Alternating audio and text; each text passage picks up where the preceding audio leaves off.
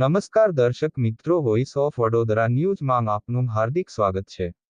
માનવ કલ્યાણ યોજનાનો લાભ લેવા ઈચ્છુક નાગરિકો હવે કુટીર પોર્ટલ અથવા મોબાઈલ એપ દ્વારા અરજી કરી શકશે.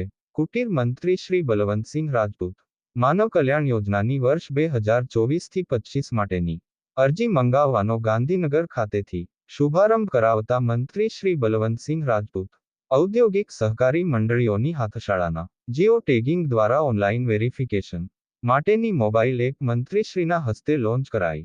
Bureau report Imran Syed.